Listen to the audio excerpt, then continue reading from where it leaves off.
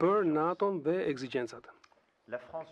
Franca, mendoj sot, ka ushtrinë më efikase të Europës.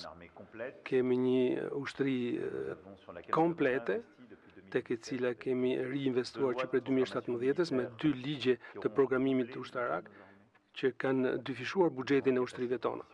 Kemi kapacitetin e zhbindjes bërthamore, kemi autonomi strategjike në këto segmente, kemi një përvojë operacionale të papar në teatret e operacioneve në lindjen e mesme, në Afrikë e tjerë. Jemi sot me 2,1% të PIB-it.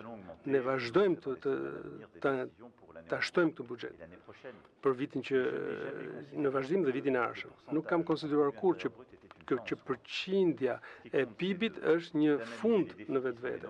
Duhen analizuar sfidat që kemi dhe krahas saj kemi një angazhim të mirë, një nivel të mirë angazhimi.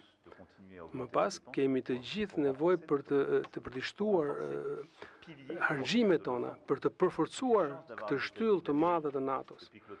Jemi të kënaqur të kemi mbështetjen e Amerikës.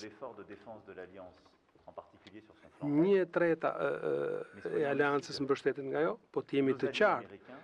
Aleatët tanë amerikanë në mënyrë në shtim shikojnë gjetk dhe na kërkojnë që të marrim në ngarkim gjithmonë më tepër mbrojtjen tonë. Është legjitime, nuk shifrohet vetëm me përqindjen e PIB-it dhe nuk duhet të përkthehet në blerje materiali amerikan, sepse do kishte vetëm një pasojë të shtonim varësinë tonë në industrinë amerikane.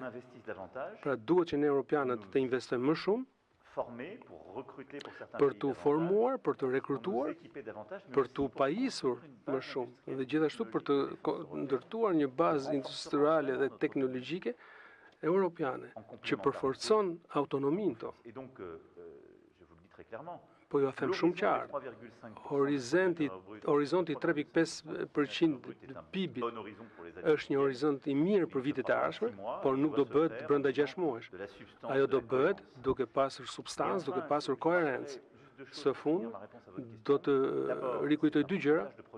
Është një përqindje e PIB-it, pra është një përqindje në funksion të çdo shteti, nuk është absolute. E dyta, angazhimi i një ushtrie nuk varet nga kjo, por nga emrat që janë të shkruar tek monumentet e të vdekurve.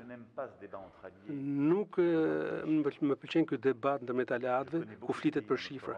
Njoh shumë vende në Europën tonë që kanë humbur shumë ushtar në teatrat e operacioneve dhe që kanë angazhuar të tjerët. Ata meritojnë respektin. Kjo vlen edhe më shumë se paratë. Faleminderit.